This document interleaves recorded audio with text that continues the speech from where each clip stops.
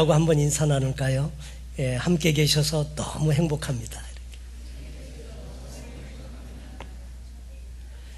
예,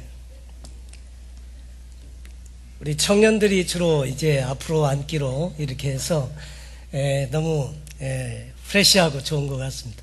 우리 청년들 한번 박수로 한번 격려해 주시면 감사하겠습니다. 제가 신학교 다닐 때 주로 뒷자리에 앉았거든요. 그랬더니 교수님이 그러시더라고요.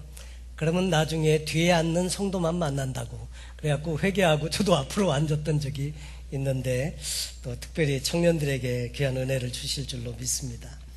오늘 저는 여러분과 함께 가장 중요한 단어 관계에 대해서 살펴보고 싶습니다. 오늘부터 저는 10주 동안 우리 사랑교회가 전도 캠페인으로 우리가 함께 시간을 가지려고 하는데, 먼저 전도에 대한 오해를 좀 몇 가지 우리가 좀 풀고 말씀을 나누면 좋겠습니다. 전도한다 그러면 주로 우리는 이렇게 생각하죠. 목사님의 유익을 위해서, 아니면 교회가 성장하기 위해서. 그러나 여러분, 포커스를 그렇게 맞추는 것이 아니고요, 누구를 위해서 하는 것이냐면 하나님을 위해서 하는 것입니다.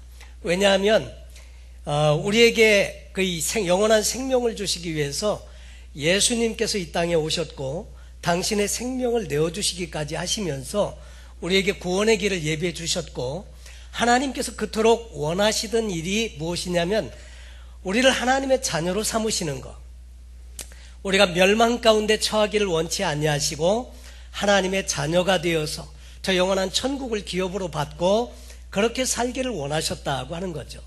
그래서 요한복음 3장 16절에 보시면 하나님이 세상을 이처럼 사랑하사 독생자를 주셨으니 이는 누구든지 저를 믿는 자마다 멸망치 않고 영생을 얻게 하려 하십니다.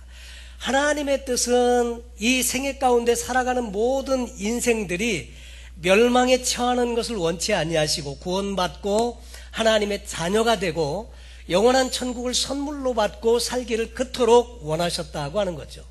그래서 창세기 3장 15절에서부터 약속한 여인의 후손이 급기야는 성령으로 잉태하셔서 마리아, 동정녀 마리아에게 잉태하게 되고 그 다음에 구원을 이루어 주셨다 하는 거죠. 그리고 예수님도 친히 이 땅에 오셔서 사시면서 이렇게 말씀하십니다. 베드로에게 너는 게바, 너는 반석, 너는 페트라인데 내가 이 반석 위에 내 교회를 세우리니 음부의 권세가 이기지 못하리라.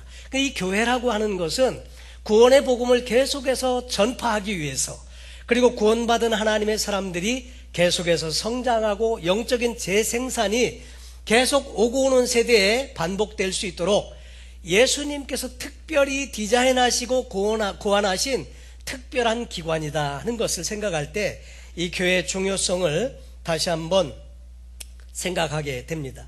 그래서 복음의 말씀을 전한다고 할 때 이것은 하나님의 영광을 위해서, 그리고 그 당사자인 그 본인을 위해서, 여러분 사실 모르기 때문이지 실제로 안다면 여러분 얼마나 복음은 귀한 것입니까?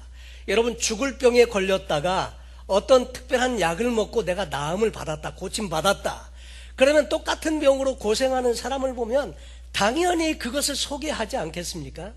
그것이 바로 복음이 갖고 있는 놀라운 축복의 내용인데, 그래서 우리가 이 복음을 함께 나누려고 할 때 자신감 있게 그렇게 해서 함께 당당하게 전하는 것이 필요하다고 하는 것이죠. 그리고 결국 이 복음은 하나님의 명령이고, 이 복음을 통해서 영혼을 살리는 것, 결국 사랑하면 전도할 수 있다는 것, 그런 것들을 전제로 하고 우리가 오늘 이 전도에 대해서 살펴보면 좋겠다고 생각이 되어집니다. 복음을 전하는 일에 가장 중요한 단어가 있는데 그것은 관계라고 하는 것입니다. 한번 따라해 보시겠습니까? 관계. relationship. 이 관계는 신앙생활에 대단히 중요합니다. 하나님과 나와의 관계, 나와 이웃과의 관계, 이것이 곧 신앙생활의 핵심적인 내용인 것을 성경은 우리에게 소개해주고 있습니다. 사실 이 성경은 상당히 두껍고요, 등장인물이 가장 많이 나오는 책이 성경입니다. 지금까지 사람이 만든 책들 중에 등장인물이 가장 많이 나오는 책이 성경인데, 이 안에는 사건도 많고 많은 시간적인 이런 배경을 가지고 있지만, 이 성경의 내용을 요약하고 줄이면 굉장히 심플하게 성경을 요약할 수 있는데, 이 성경의 내용이 우리에게 제시하고 있는 것이 바로 영혼이 구원받고 천국 가도록, 그래서 성경을 기록했고, 이 성경에는 하나님의 심정이 담겨져 있고, 이 성경 말씀을 통해서 그 구원의 길이 어떤 것인지를 우리에게 제시해 준다는 의미에서 대단히 중요하다. 그런데 이 성경이 말하고 있는 내용이 관계에 대해서 이야기한다는 거죠. 창세기 그 이후로 그 사람들에게 주신 여러 계명이 있는데, 이 토라의 계명은 613가지, 하라는 것 하지 말라는 것 총체적으로 모아놓았는데, 그것은 간단한 것입니다. 하나님과의 관계에 대한 이야기, 사람과의 관계에 대한 이야기, 물질과의 관계에 대한 이야기, 주로 이렇게 그 내용을 담고 있는데, 관계, 하나님과의 관계, 사람과의 관계 너무 중요하다 하는 거죠. 지난 금요일 날 제가 한동안 운동을 못해서 좀 운동을 좀 해야지 마음 먹고 이렇게 해가지고 미라마 레이크를 가게 되었습니다. 좀 다른 교회에서 이제 이것저것 뭘 좀 하다가 시간이 아침 타이밍을 약간 놓쳐가지고 10시쯤 가게 되었는데, 걷다가 뛰다가 5마일이거든요. 한 바퀴 도는데, 걷다가 뛰다가 하는데, 뛰다 보니까 자꾸 배가 출렁거려가지고 자꾸 이게 한심스러운 거예요. 어쩌다가 이렇게까지 됐나 이런 생각이 들면서 한심스러운데, 가다 보니까 신발에 모래가 자꾸 들어와가지고 털어내고, 또 걷다 보면 또 들어오고, 희한하죠. 그날따라 그냥 참고 가려고 해도 갈 길이 먼데 계속 모래가 발을 찌르니까 그냥 도저히 갈 수 없잖아요. 그래서 또 털고 그리고 가고, 한 2마일쯤 조금 못 돼가지고 이제 이거 돌고 그 다음에 약속 시간이 임박해서 다 돌려면 시간이 좀 빠듯한데 고생 꽤나 할 텐데 한 2마일쯤 되는 지점에서 돌아올까, 1마일 더 가는 건데 그러자니까 자존심이 좀 허락이 안 되고, 내 생애 중간에 돌아오는 거는 없다, 끝까지 돌자. 그래가지고 거길 통과했거든요. 가다 보니까 지루하고 힘들고 그러니까 자꾸 또 후회가 되는 거예요. 아까 거기서 돌아갈 걸 괜히 객기 부리다가 이렇게 고생한다, 이런 생각이 들고요. 그 힘들어서 걷다 뛰다 하는데, 이렇게 걸어가고 있는데 어떤 미국 할머님 한 분이 제 옆을 이렇게 쫙 지나가는 거예요. 그런데 그분을 보니까 분명히 폼은 뛰는 거야. 막 뛰는데 발을 보면 발이 땅에서 안 떨어져요. 그러니까 분명히 그분은 걷고 있는 거예요. 폼은 뛰는 거지만 실제로는 걷는 건데 저를 앞질러 가시더라고요. 그러니까 이거 저 할머님은 따라 마셔야지 되지 않겠나 싶어서, 그래갖고 막 뛰다 보니까 이게 허걱거리고 숨차고 못 따라 마시고, 분명히 그분은 걷는 건데 무슨 뭐 축지법을 쓰는 것도 아닌데 제가 그분을 못 따라 마시니까 갑자기 또 이런 회의가 들더라고요. 도대체 이거 내가 뭐 하는 건가, 이런 생각이 들기도 하더라고요.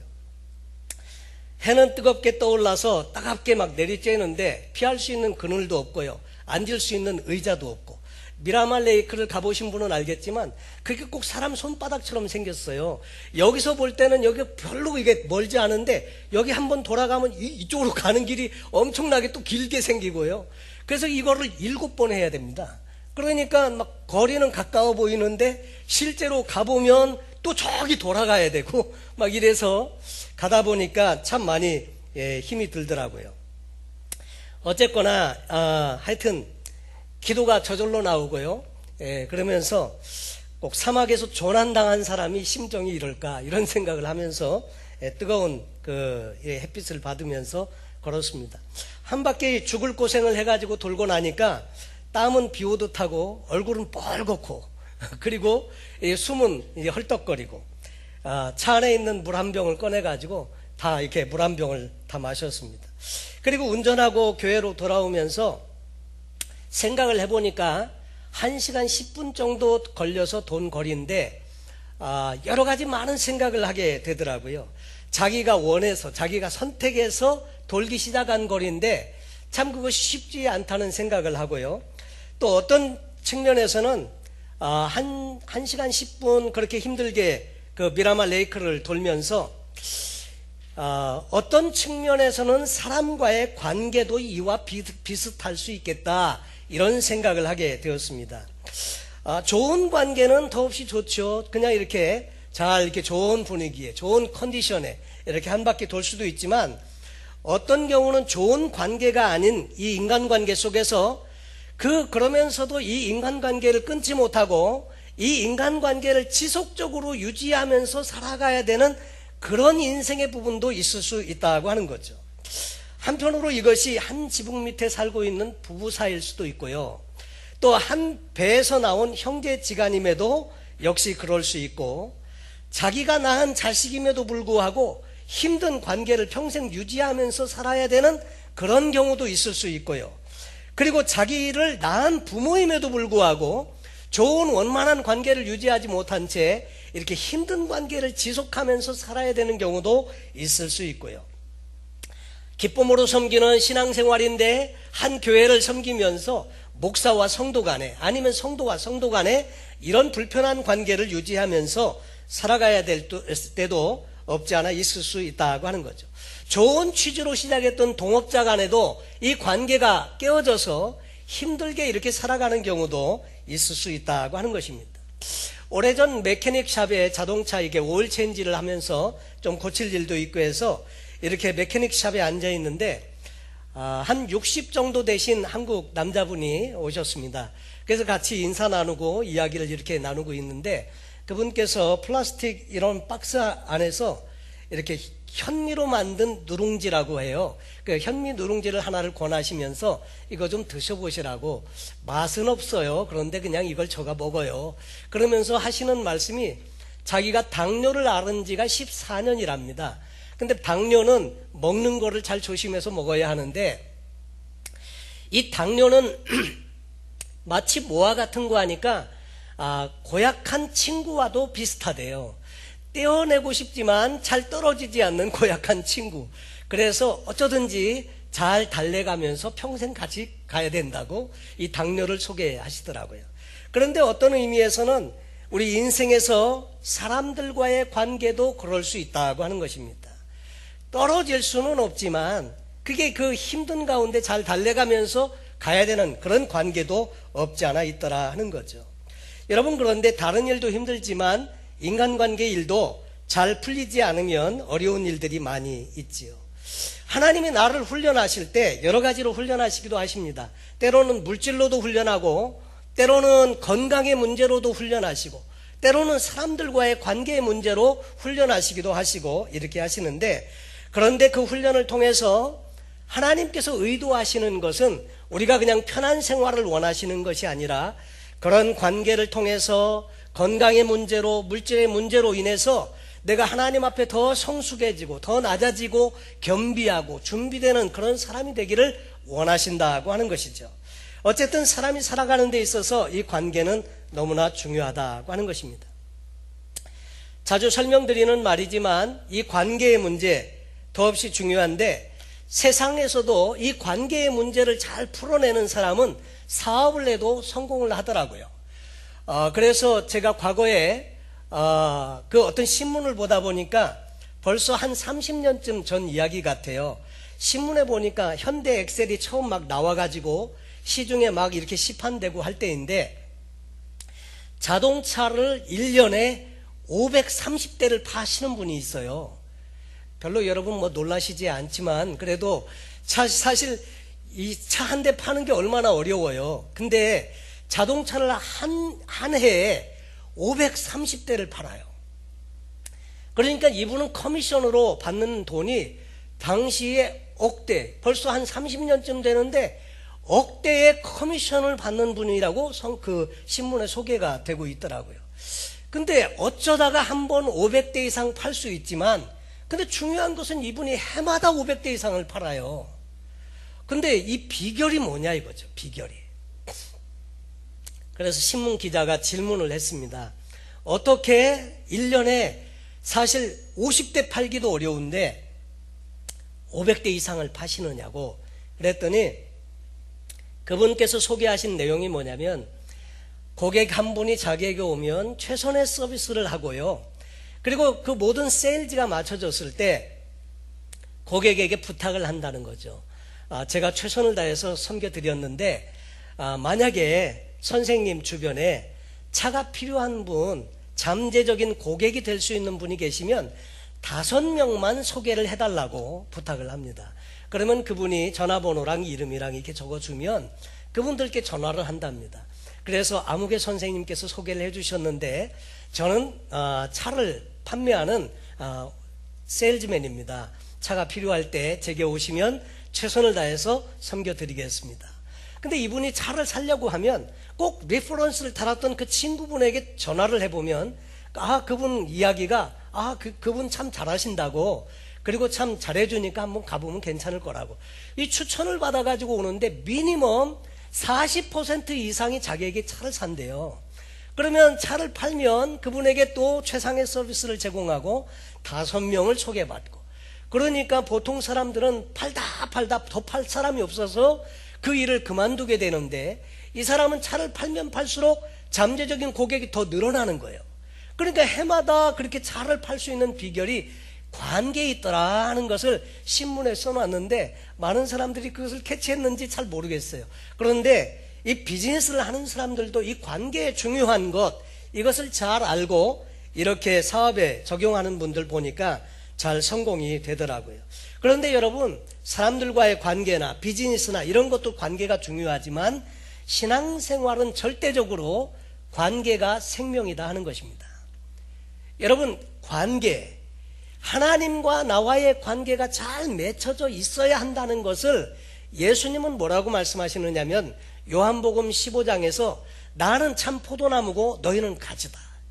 이 가지가 붙어있지 아니하면 절로 결실을 맺을 수도 없고 그냥 말라서 비틀어져서 떨어져 나가면 사람들이 그것을 모아다가 불에 던져 사르느니라. 내 말이 너희 안에 거하고 너희가 내 안에 있으면 무엇이든지 원하는 대로 구하라. 그리하면 이루리라. 여러분, 신앙생활의 놀라운 비결이 어디에 있느냐면 주님과의 관계에 있더라 하는 것입니다. 이 관계가 잘 맺혀져 있을 때에는 형통의 놀라운 은혜를 경험하게 되고요. 그리고 이스라엘 백성들이 가나안을 정복한 그 비결이 뭐였느냐면 하나님이 함께 하시고 하나님이 도와주시니까 가나안 땅 정복에 성공할 수 있었던 것입니다. 여러분, 전략이나 이 그 전법이나 이런 것들이 무슨 손자병법을 연구해가지고 그런 기가 막힌 전술을 써서 이긴 게 아닙니다. 여리고성을 매일 한 바퀴씩 돌고 마지막 날 7바퀴 돌고 그리고 그 성을 향해서 모두가 함께 와 하고 고함을 지를 때 성이 무너져 내렸는데 여기 그 전략은요, 아이들 무슨 병정놀이 하듯이 그런 것과 같아요. 그런데 실제로 그 역사가 일어난 것은 하나님이 하셨기 때문에 가능한 일이었다고 하는 것이죠. 그래서 하나님이 함께 하실 때 그 가나안 정복의 역사를 완전히 마칠 수가 있었더라 하는 거죠. 그래서 형통한 사람의 이야기는 한결같이 하나님과의 관계에서 돈독한 관계, 시냇가에 심겨진 나무와 같이 하나님과 그 보이지 않는 자원의 뿌리를 연결해서 그 자양분을 공급받아서 더위가 올지라도 두려워하지 아니하고 잎이 청청하며 가무는 해도 결실이 그치지 않는다고 말한 시냇가에 심겨진 나무와 같이 이런 복을 받더라 하는 것이죠. 그런데 이 관계가 문제가 생겨서 하나님을 멀리하고 떠나가면 구약 성경에 보면 하나님이 인간 막대기, 여러분, 그래서 이방 민족들을 붙여가지고 이스라엘 백성들을 돌아오라고 그렇게 해서 징계를 하시는 모습들을 보게 됩니다. 여러분, 신앙은 관계입니다. 하나님과 나와의 관계, 이것이 10계명의 1계명에서 4계명, 또 나와 이웃과의 관계에 대한 이야기가 5계명에서 10계명까지 이것이 다 관계에 대한 이야기라고 하는 것을 우리가 알게 됩니다. 여러분, 결국 이 신앙생활의 비결은 하나님과 관계가 형통하고 또 사람과의 관계가 잘 맺어져 있으면 그 사람은 어디를 가든지 형통한다는 것이 성경에서 말하고 있는 형통의 비결로 소개하고 있습니다. 여러분, 혹시 이 말씀을 듣는 저와 여러분 중에 혹시 이 관계의 문제가 잘 안 돼 있는 분들이 계시면 오늘 여러분에게 주시는 하나님의 음성, 하나님의 메시지는 뭐냐면 이 관계의 문제를 잘 해결하시라는 겁니다. 아직 하나님과 나와 상관이 없는 관계가 단절된 가운데 계신 분이 계시면 그분과의 관계를 잘 맺으시도록 그것을 놓고 한번 기도해 보시길 권하고요. 사람들과의 관계도 마찬가지입니다. 사람들과의 관계에서도 원치 않게 이 관계의 문제로 힘든 부분이 있으면 반드시 이것을 극복하시고 이것을 뛰어넘으셔야 여러분의 인생이 복이 있는 인생이 될 수 있다고 하는 것입니다. 여러분, 만약에 이 관계의 문제를 해결한다고 하면 지구상의 인류의 그 모든 문제의 절반은 아마 줄지 않을까, 이런 생각을 하게 됩니다. 여러분, 이혼도 줄어들 것이고요, 전쟁도 사라질 것이고, 또 고용주와 고용인 사이의 논쟁도 줄어들 것이고, 노동자와 경영진의 다툼도 결코 일어나지 않을 것이라고 생각이 되어집니다. 여러분, 하나님께 예배할 때도 마찬가지인데 마태복음 5장 23절로 24절에 보니까, 그러므로 예물을 제단에 드리다가 거기서 내 형제에게 원망 들을 만한 일이 있는 줄 생각나거든 예물을 제단 앞에 두고 먼저 가서 형제와 화목하고 그 후에 와서 예물을 드리라고 되어져 있습니다.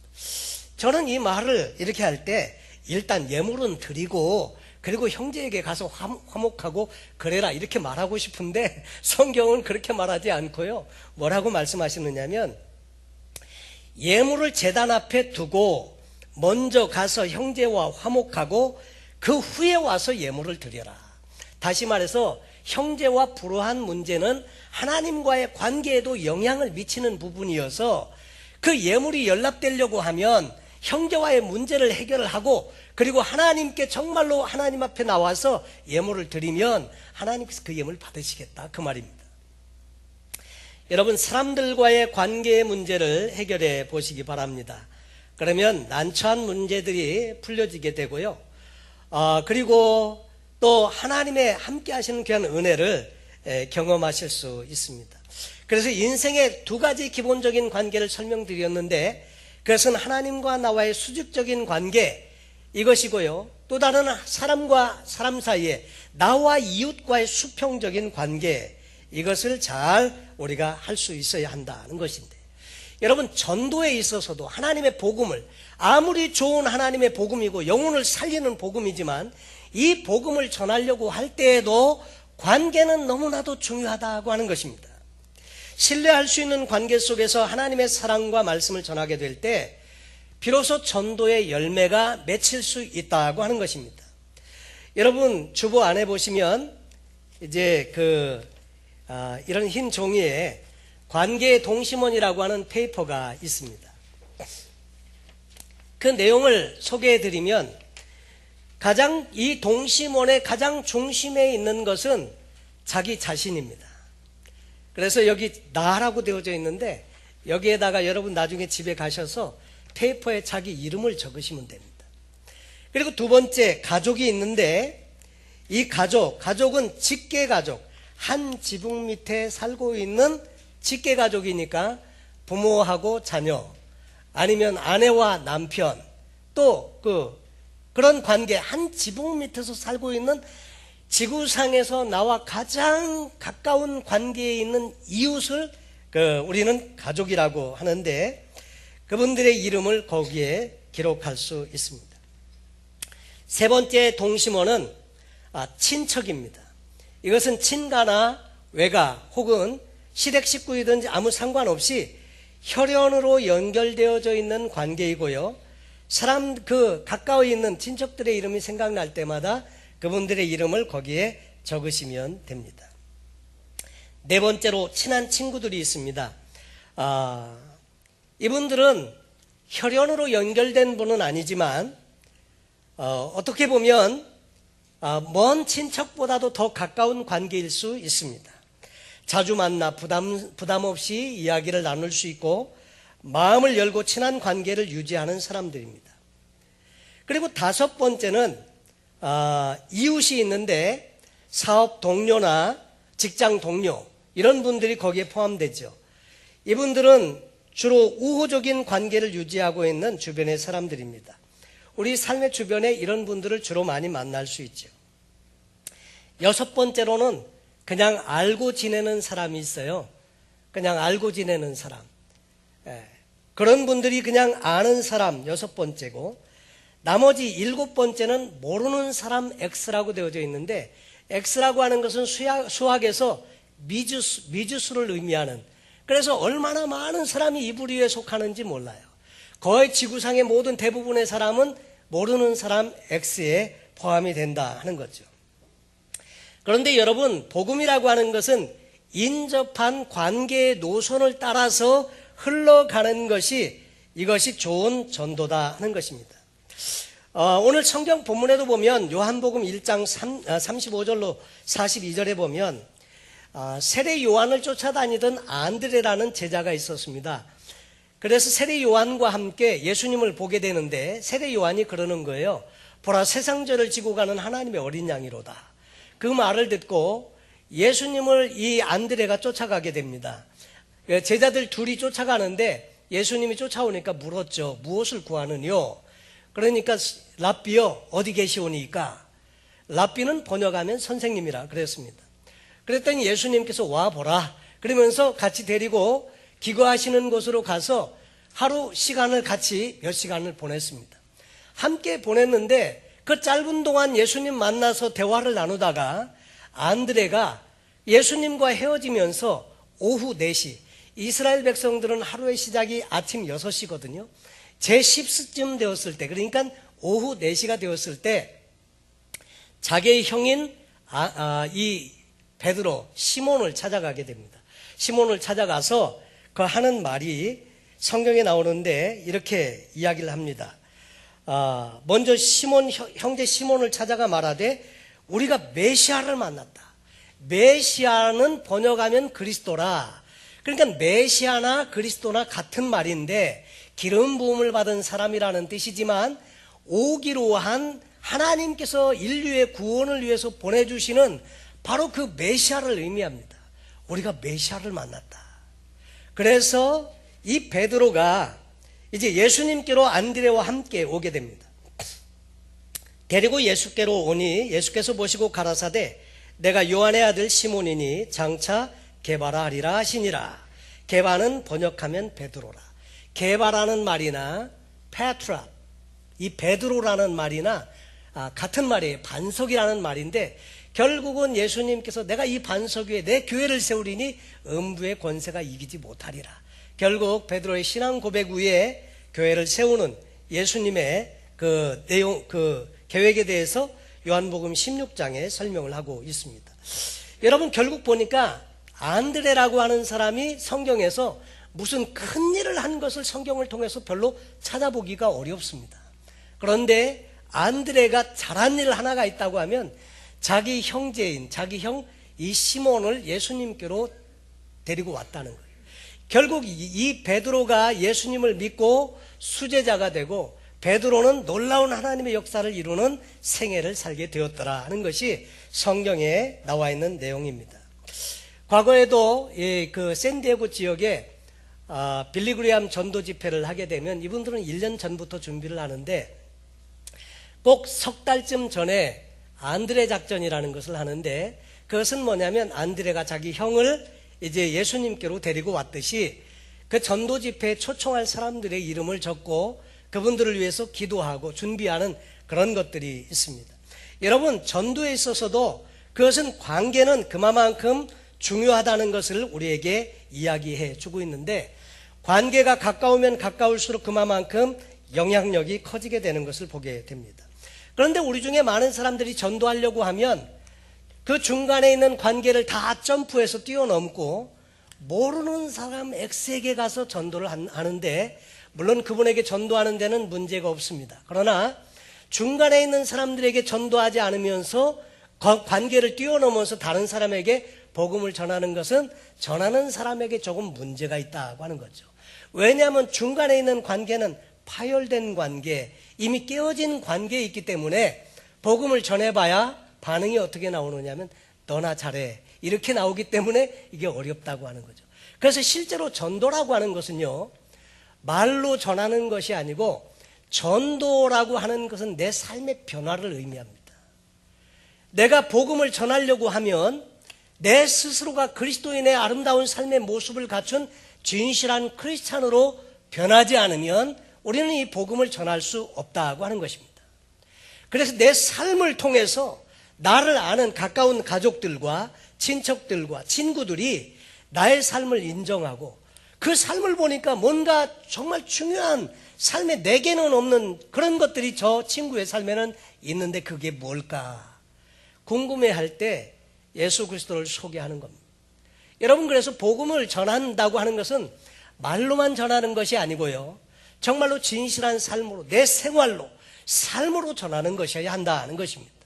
그래서 이 복음을 전하려고 할 때 이 생명보다도 귀한 복음을 진실되게 사랑하는 이웃들에게 전해서 그들도 영원한 천국을 선물로 받도록 하려고 하니까 우리는 내 삶을 돌아봐야 한다는 것이죠.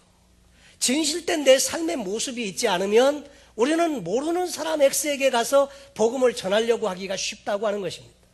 그래서 이 복음을 전하려고 할 때 우리는 진실되게 전도 캠페인을 하면서 우리는 사람 몇 명 이 예배 장소에 오시게 하는 것이 목적이 아니고요, 전도하는 것을 위해서 우리는 라이프가 완전히 바뀌어져야 한다는 것입니다. 진실된 크리스찬의 삶으로 내 라이프가 바꾸어져야 하고 내 삶을 통해서 예수의 향기가 드러날 수 있는 진실된 크리스찬이 되어야 한다는 것이고요. 그리고 이 전도라고 하는 것은 일회성인 어떤 프로그램이 아니고 모든 크리스찬에게 주신 지상 명령이고 이것은 우리의 평생을 통해서 우리가 이루어야 할 우리의 사명이라고 하는 것입니다.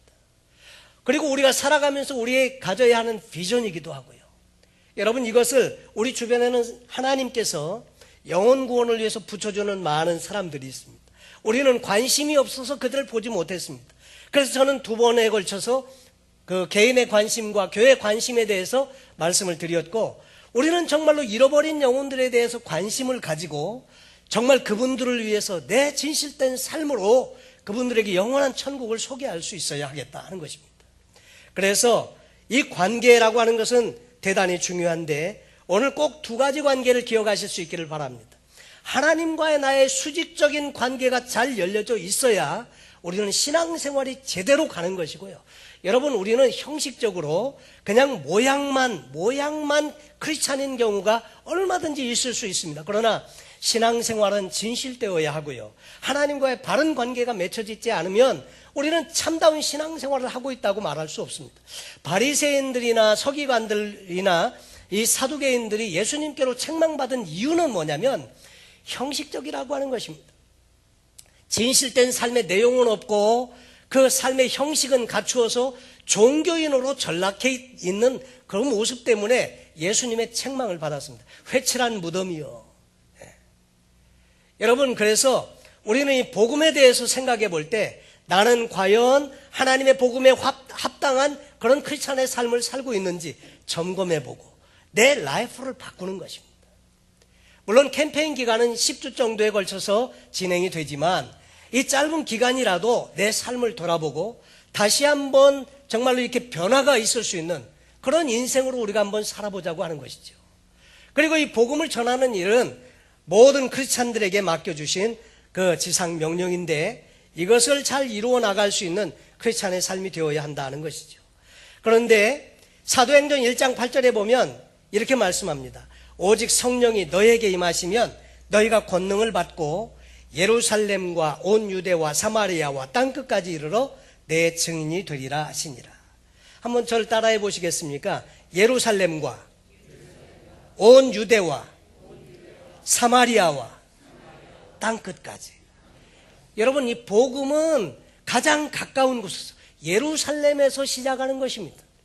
내가 살고 있는 예루살렘, 그리고 조금 더 나가서 온 유대, 예루살렘이 포함된 유대 지역, 그리고 더 나가서 사마리아 지역까지, 그리고 나중에 더 나가서는 땅끝까지입니다. 그러니까 복음의 이 진행의 방향을 잘 주의해 보시면 이 관계의 동심원대로 그 가까운 관계부터 먼 관계로 결국은 알지도 못하고 그 다음에 만난 적도 없는 선교지까지 나가서 결국 복음을 전하게 되지만은 여러분, 복음의 방향성을 유의해 보시기 바랍니다. 예루살렘, 온 유대, 사마리아, 땅끝입니다. 여러분의 예루살렘은 어디고, 여러분의 온 유대는 어디시고, 여러분의 사마리아는 어디시고, 여러분의 땅끝은 어디인지 그것을 이 관계의 동심원을 통해서 한번 그려보시라고 하는 것입니다. 그리고 여러분, 이것을 실제적으로 10주 동안 캠페인을 하면서 매주마다 과제가 있는데 그대로 한번 순종하면서 한번 해보시기 바랍니다. 그러면 여러분 삶에도 많은 변화가 있을 것이고 복음을 나눈다는 것이 어떤 의미가 있는지를 여러분들이 새삼 다시 또 경험할 수 있는 좋은 기회가 되시리라고 생각이 되어집니다. 여러분, 우리 중에는 구원의 은혜가 필요한 사람들이 보통 8명에서 많게는 한 15명쯤 우리가 섬겨야 할 그런 사람들이 있다고 합니다. 저희가 설문을 조사했는데 설문에 보면 전도할 대상자가 없다 이렇게 답한 분이 10명이 있더라고요. 그런 분들은 관계를 맺는 일부터 시작을 하시기 바랍니다. 안 믿는 분을 찾아가시기 바랍니다. 그리고 관계를 맺으십시오. 그분들과 함께 교제하면서 여러분 그러면서 관계를 맺으시고 그리고 복음을 함께 나눌 수 있는 그런 은혜를 달라고 기도하시면 좋으리라고 생각됩니다. 여러분, 관계는 참 소중합니다. 여러분의 가정 가운데 여러분의 삶의 주변에 나는 이 관계에 과연 형통하면서 성공적인 삶을 살고 있는가? 하나님과의 관계는 제대로 맺혀져 있는가? 아니면 사람과의 관계가 제대로 맺혀져 있는가? 만약 그렇지 못하면 하나님의 오늘 주시는 음성은 관계의 문제를 해결하시라는 것이고요. 그리고 이 돈독한 관계를 통해서 주님의 사랑, 복음을 함께 나누라고 하는 것이 오늘 저와 여러분에게 주시는 하나님의 메시지입니다. 관계에 형통하시고 더 풍성한 관계를 통해서 행복한 인생을 사시는 복된 저와 여러분 되시기를 예수님의 이름으로 축원합니다. 기도하겠습니다.